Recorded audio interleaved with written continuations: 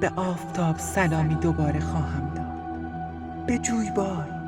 که در من جاری بود، به ابرها که فکرهای طویلم بودند، به رشد دردناک سپیدارهای باغ که با من از فصلهای خشک گذر می‌کردند، به دسته های کلاغان که عطر مزرعه های شبانه را برای من هدیه می‌آوردند، به مادرم که در آینه زندگی می‌کرد و شکل پیری من بود، و به زمین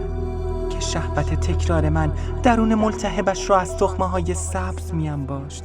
سلامی دوباره خواهم داد. می آیم با گیسویم ادامه بوهای زیر خاک، با چشمهایم تجربه های غلیظ تاریکی، با بوته ها که چیده ام از بیشه های آن سوی دیوار